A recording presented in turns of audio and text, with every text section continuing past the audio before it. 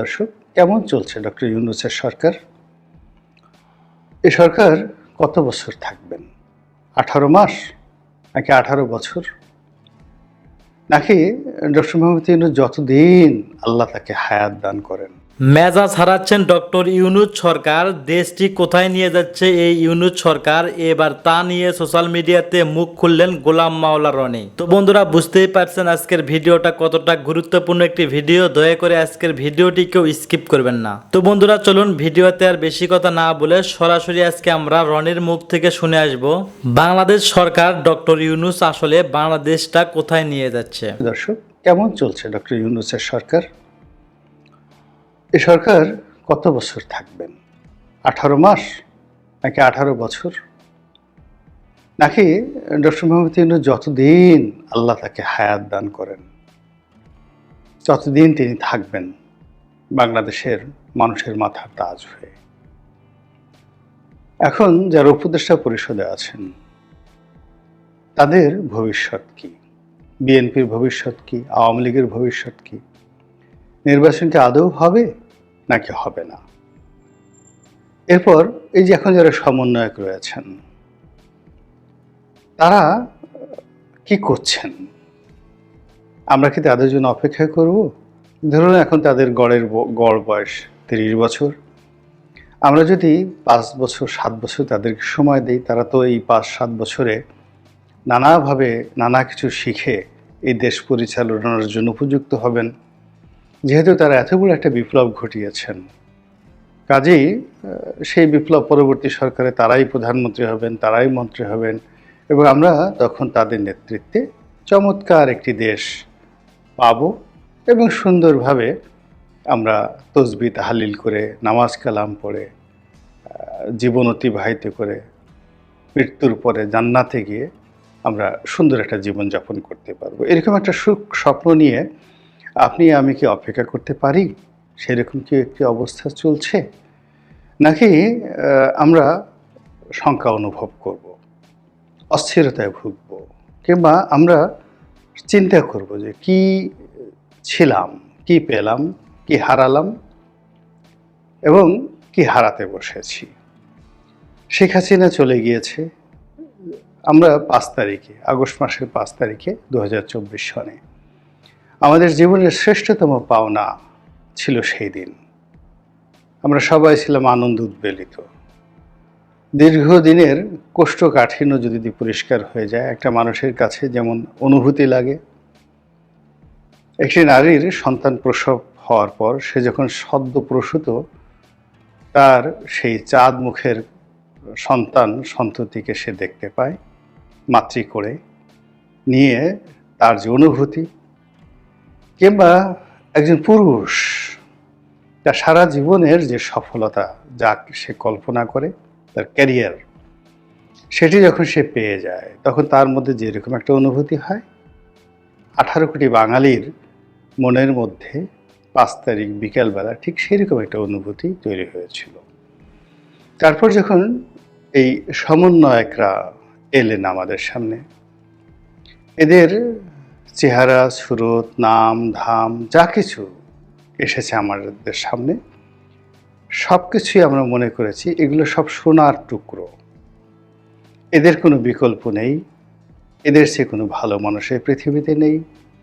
এরা আমাদের জন্য জীবন বাজি রেখেছে, এরা আমাদেরকে স্বাধীনতা এনে দিয়েছে, শেখ হাসিনার কবল থেকে আমাদেরকে রক্ষা করেছে, আমরা তাদেরকে মাথায় করে নেচেছি। এখন কি আমরা তাদেরকে নাচতে পারছি মাথায় করে নিয়ে? এরপর যখন একটি সরকার গঠন হলো এবং সেই সরকারের কর্তা ব্যক্তিরূপে আমরা যখন ডক্টর মোহাম্মদ ইউনূসের নাম শুনলাম, উপদেষ্টা পরিষদে যখন আমরা আসিফ নজরুল সাহেবের নাম শুনলাম, ডক্টর সালেহ আহমেদের নাম শুনলাম, আমরা আনন্দে একেবারে উদ্বেলিত হয়ে পড়েছিলাম যে না না, এর চেয়ে ভালো কিছু আর হতে পারে না। এইবার হাজার বছরের বাঙালির যে দুঃখ এবং দুর্দশা সব দূর হয়ে যাবে। কিন্তু এখনো পর্যন্ত 60 দিন যায়নি, মানে 60 days নট ইভেন ওভার। আজকে আমি যে ভিডিওটি করছি, এটি কবে প্রচারিত হবে আমি জানি না, তবে ডক্টর ইউনূস ৮ তারিখে ক্ষমতা নিয়েছিলেন আগস্ট মাসে।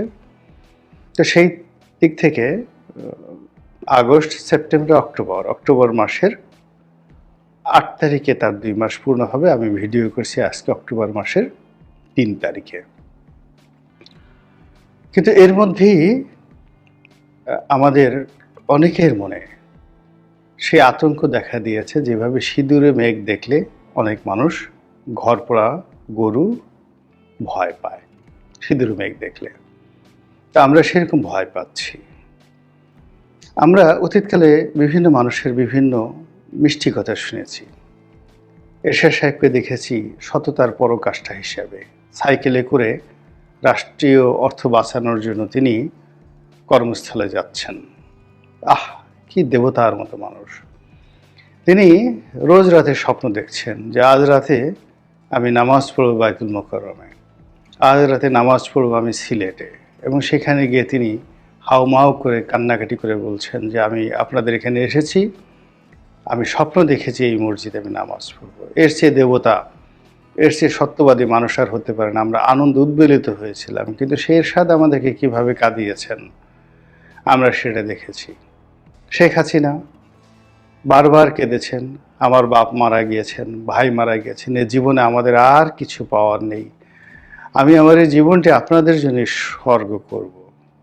তিনি আমাদের এই জীবনকে এমনভাবে তার নিজের জীবনকে উৎসর্গ করেছেন যে আমরা সবাই তাকে সব কিছু দিয়েছি, মান সম্মান মর্যাদা প্রেম ভালোবাসা সমর্থন সব দিয়েছি। এরপর আমরা তাকে ভয় পেয়েছি, এতটা ভয় পেয়েছি যে ভয় আমরা এই জমিনে কোনো বিষধর প্রাণীকেও আমরা সেই ভয় পাই না, তাকে আমরা সেই ভয় পেয়েছি। আমরা তাকে অ্যাভয়েড করেছি, দূরে রেখেছি, সব কিছু করেছি, কিন্তু তারও শেষ রক্ষা হয়নি, আমাদেরও শেষ রক্ষা হয়নি। এভাবে আরও অনেক মানুষের কথা বলা যাবে যাদের দ্বারা আমরা ক্ষতিগ্রস্ত হয়েছি, মারাত্মকভাবে ক্ষতিগ্রস্ত হয়েছি। তো সেই দিক থেকে এখন বিশ্ববরেণ্য Nobel laureate doctor Muhammad Yunus তিনি এসেছেন, কিন্তু এর মধ্যে আমরা তার ব্যাপারে ধৈর্য হারিয়ে ফেলেছি। তাকে নিয়ে ট্রল হচ্ছে, একেবারে ছোট শিশুর মুখের উপর তার ছবি দিয়ে বিভিন্ন রকম কার্টুন তৈরি করে সামাজিক মাধ্যমে হিন্দিতে বাংলাতে যে সকল ডায়লগ জুড়ে যে সকল টিকটক ভিডিও ডক্টর মোহাম্মদ ইউনূসকে নিয়ে করা হচ্ছে, এ দৃশ্য দেখা যায় না, এ দৃশ্য দেখা যায় না। আপনি না পারবেন হাসতে, না পারবেন কাঁদতে। ডক্টর ইউনূস সাহেব এটা দেখেছেন কিনা আমি বলতে পারবো না। জনাব আসিফ নজরুল আমাদের সম্মান এবং মর্যাদার যে জায়গাটিতে ছিলেন, তাকে নিয়ে এখন কি হচ্ছে আমি ভাবতেই পারি না। আলী রিয়াজ নামক একজন প্রফেসর রয়েছেন, আমেরিকাতে তিনি শিক্ষকতা করেন। তো এই ভদ্রলোক নিয়েও আমাদের খুব ভালো চিন্তা ছিল যে এই মুহূর্তে তাকে একটা দায়িত্ব দেওয়া হয়েছে, অমনি জনগণ বিক্ষুব্ধ হয়ে পড়েছেন, নানা রকম নেতিবাচক কথা বলছেন উপদেষ্টা মণ্ডলীদের নিয়ে, বলছেন এরা কেউ বুড়া, এদের এটা নাই ওটা নাই, এ সকল। এই যে মানুষ যে নেতিবাচক কথাবার্তা বলছে, এর মূল কারণটা হলো যে মানুষ এখনো পর্যন্ত আশা জাগা নিয়ে কোন সফলতা এই বর্তমান সরকারের কাছ থেকে পায়নি। তো যেহেতু গত 2 মাস পার হয়ে গেল এবং এই 2 মাসের মধ্যে আপনি 2টো আনন্দদায়ক খবর দিতে পারেননি, 2টো আশা জাগা নিয়ে কর্মকাণ্ড করতে পারেননি, মানুষের সঙ্গে এমন কোনো সম্পর্ক করতে পারেননি যার কারণে আপনাকে বিশ্বাস করা যায়, আশা করা যায় যে আপনি আরও 5 বছর চালালে আমরা শান্তিতে থাকব। এর কারণ হলো মর্নিং শোজ দ্য ডে। যখন একটা মানুষের শুরুটা হয় চমৎকারভাবে, যেমন ধরুন হুমায়ুন আহমেদের যে বিখ্যাত দেয়াল উপন্যাস, আপনি সেখানে পড়ে দেখবেন শহীদ প্রেসিডেন্ট জিয়াউর রহমান যে সময়টিতে ক্ষমতায় এলেন, ক্ষমতায় আসার সঙ্গে সঙ্গে প্রকৃতি অবারিতভাবে তাকে সহযোগিতা করা শুরু করলো। তার জমানাতে অতিবৃষ্টি হয়নি, বন্যা হয়নি, মারাত্মক কোনো প্রাকৃতিক বিপর্যয় দেখা দেয়নি।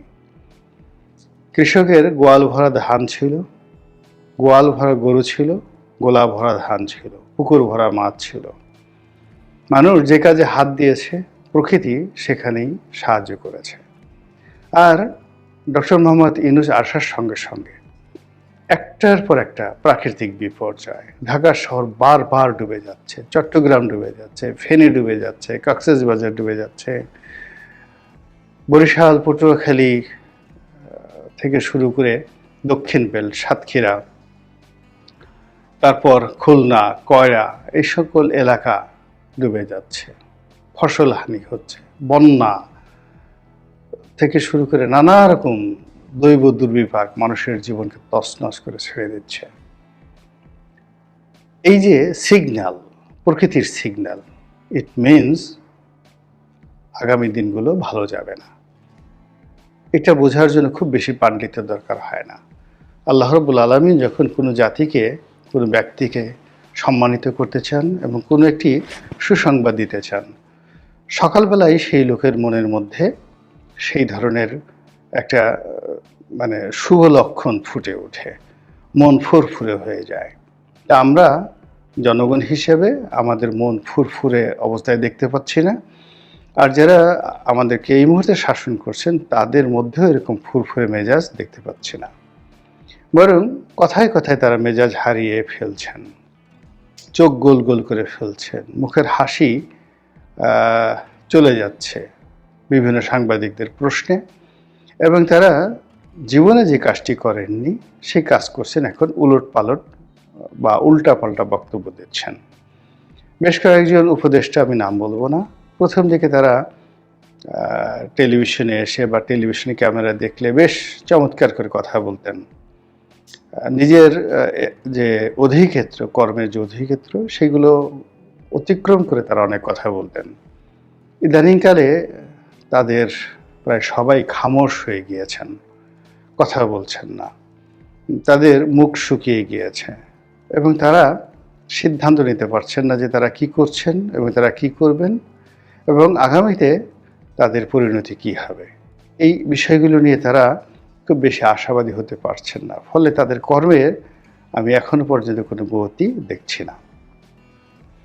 যিনি উজির আজমের পদে আছেন, প্রধান উপদেষ্টা ডক্টর মোহাম্মদ ইউনূস, তিনি একটি জগা খিচুড়ির সরকার চালাচ্ছেন। না বৈপ্লবিক সরকার, না গণ অভ্যুত্থানের সরকার, না গণবিস্ফোরণের সরকার, না সাংবিধানিক সরকার, না অসাংবিধানিক সরকার, না মার্শাল ল গভর্নমেন্ট, না মঈনুদ্দিন ফখরুদ্দিনের মতো সামরিক সরকার ব্যাকড গভর্নমেন্ট, কিছুই না। একটি হ-জ-ব-র-ল। এখানে তিনি আমেরিকার ওই সার্টিফিকেট পেয়েছেন, ইংল্যান্ডের ওই সার্টিফিকেট পেয়েছেন। আজ মাহাথির মোহাম্মদের দেশের মানুষ, প্রধানমন্ত্রী আনোয়ার ইব্রাহিম, তার সঙ্গে তার বন্ধুত্ব রয়েছে, তিনি ফোন দিয়েছেন। এ সকল খাজুরি আলাপ শুনে আমাদের কোনো লাভ হচ্ছে না। আমরা দেখতে চাচ্ছি যে তিনি আসলে সত্যিকার অর্থে রাষ্ট্রনায়ক হিসেবে কতটুকু সফলতা দেখাতে পারছেন। সেটি বলতে গেলে খুবই হতাশাজনক। তিনি বেশ কয়েকটি সাক্ষাৎকার দিয়েছেন এবং সব সাক্ষাৎকারগুলোতেই তিনি প্যাঁচ লাগিয়ে দিয়েছেন।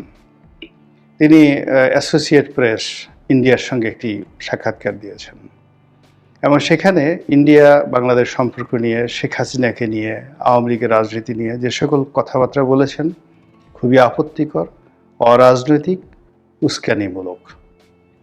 আবার সেই কথার উপর তিনি স্ট্যান্ড না নিয়ে মুহূর্তের মধ্যে গতি পরিবর্তন করে তিনি আবার চেষ্টা করেছেন ভারতে ইলিশ পাঠাতে, নরেন্দ্র মোদীর সঙ্গে বৈঠক করার জন্য, ভারতের সঙ্গে বন্ধুত্ব করার জন্য। ফলে তার আগের যে বক্তব্য সেটা তার জন্য বুমেরাং হয়ে পড়েছে, আর পরে যেটি বলেছেন সেটাও তার জন্য বুমেরাং হয়ে পড়েছে। এর কারণ হলো আপনি রাবারের মতো, আপনি যত বেশি টানাটানি করবেন এটার ইলাস্টিসিটি তত বেশি কমতে থাকবে। ডক্টর মোহাম্মদ ইউনূসের ইলাস্টিসিটিও ঠিক সেইভাবে কমে যাচ্ছে। This is one. এরপর তিনি আমেরিকাতে গিয়েছেন। আমেরিকাতে গিয়ে তিনি বেশ কয়েকটি পশ্চিমা গণমাধ্যমের সাথে সাক্ষাৎকার দিয়েছেন। নিউ ইয়র্ক টাইমস থেকে শুরু করে বেশ কয়েকটি আন্তর্জাতিক গণমাধ্যমের সঙ্গে সাক্ষাৎকার দিয়েছেন। আই ফাইন্ড নাথিং, কোনো কিছু সেখানে পয়েন্টিভ ছিল না, টু দি পয়েন্ট ছিল না, পয়েন্টিভ ছিল না এবং প্রসপেক্টিভ ছিল না। কথাগুলো ইংরেজিতে বললাম, পয়েন্টিভ অ্যান্ড প্রসপেক্টিভ ছিল না, বরং সব কিছুর মধ্যে কিরকম যেন একটা এলোমেলো কথাবার্তা, লড়র ভড়র কথাবার্তা, এটা করব, ওটা করব, এটা হবে, এটা হবে। এরপর তিনি অহেতুক কতগুলো কাজকর্ম করেছেন। সমন্বয়কদের নিয়ে সেখানে গিয়েছেন, ক্লিনটন ফাউন্ডেশনের সঙ্গে একটা বৈঠক করেছেন, এটার সেখানে 3-0 নিয়ে কথা বলেছেন। এখন ক্লিনটন ফাউন্ডেশনের সঙ্গে বৈঠক করা, বিল ক্লিনটনের সঙ্গে একটা অনুষ্ঠান করা, সমন্বয়কদেরকে মঞ্চে উঠিয়ে আমেরিকার মাটিতে কথা বলা, বলেন তো বাংলাদেশে 2 পয়সার উপকার হবে? আমাদের ফেনীর বন্যার কোনো উপকার হবে?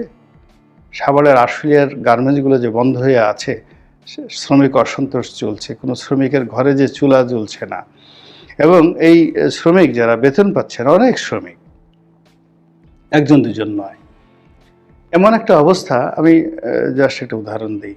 আমার একটা গার্মেন্টস ফ্যাক্টরি আছে, তার পেছনেই বার্স বাংলাদেশ নামক একটি গার্মেন্টস আছে, বেশ বড়, প্রায় 20,000 লোক চাকরি করে, অনেক পুরনো, না হলেও 30 বছরের পুরনো একটা গার্মেন্টস ফ্যাক্টরি।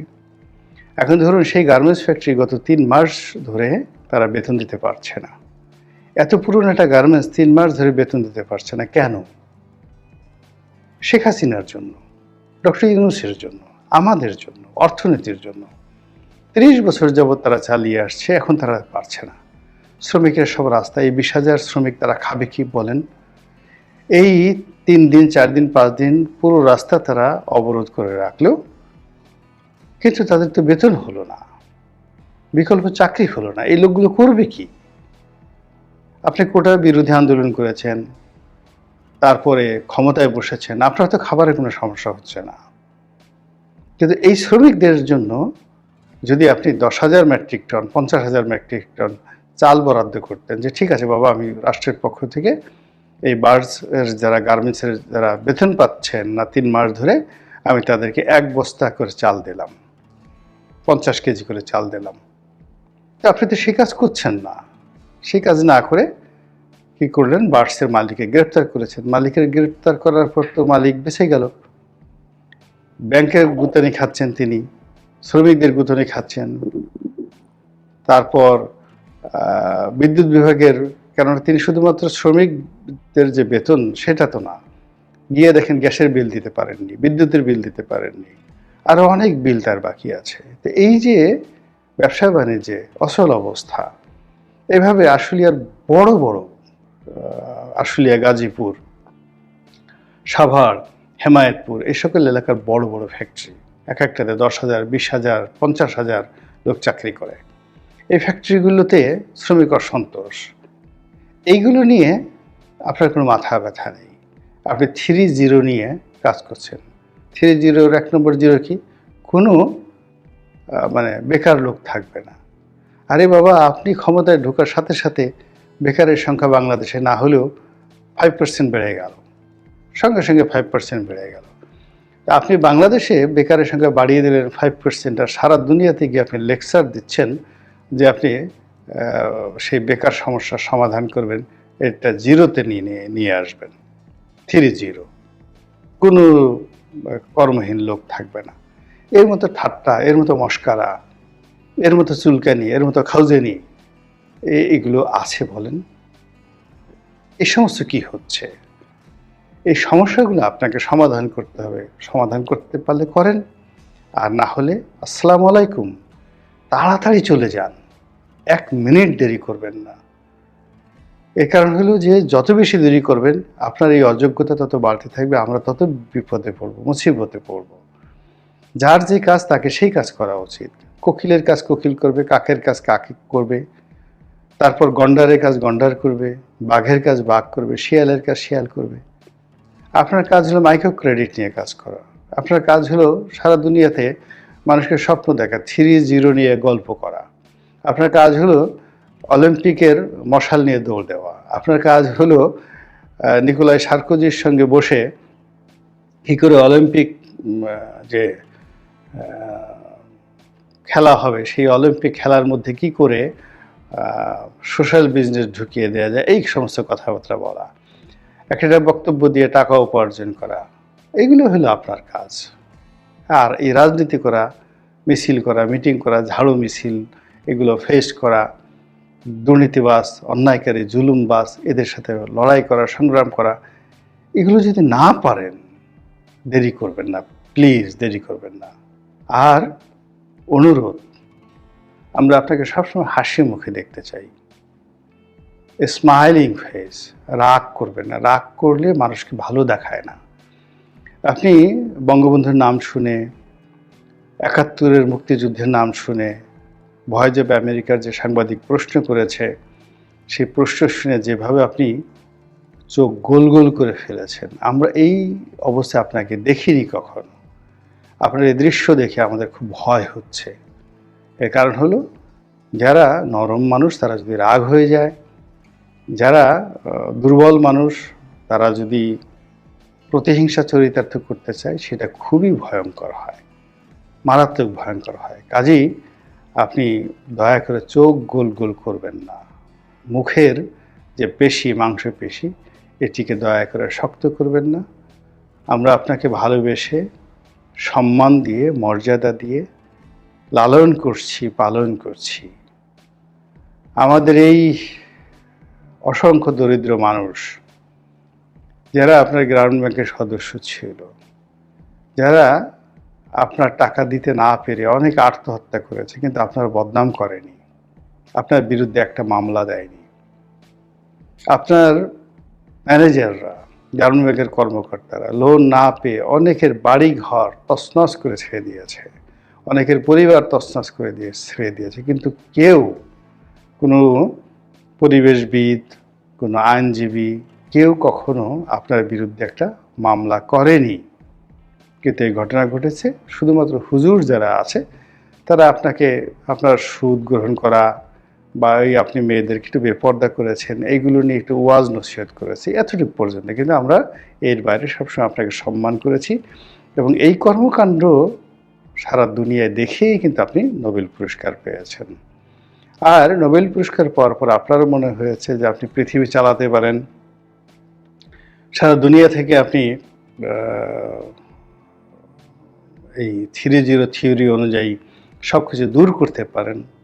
আপনি সামাজিক ব্যবসা বাণিজ্য করতে পারেন, মানুষের মধ্যে দেবত্ব ছড়িয়ে দিতে পারেন, কেউ লাভের জন্য কোনো কাজ করবে না, বিনা স্বার্থে কেবল সোশ্যাল বিজনেস করবে। তো আপনি এই যে প্রচার করছেন, সেই প্রচারের প্রেক্ষিতে আমাদের মনে হয়েছে আপনি দেবতা। তো দেবতা কখনো রাগ করে না, দেবতা কখনো মেজাজ হারিয়ে ফেলে না, দেবতা হাসে। এবং তো বন্ধুরা, এতক্ষণ আপনারা শুনলেন গোলাম মাওলা রনির মুখ থেকে ডক্টর ইউনূসের বক্তব্য। ডক্টর ইউনূসকে নিয়ে রনির বক্তব্য শুনে আপনাদের কী মন্তব্য অবশ্যই কমেন্ট বক্সে কমেন্ট করতে ভুলবেন না। আর হ্যাঁ, এমন নিত্য নতুন আপডেট খবর সবার আগে পেতে এখনই আমাদের এই পিচ্চি সাকিব ইউটিউব চ্যানেলটি সাবস্ক্রাইব করুন।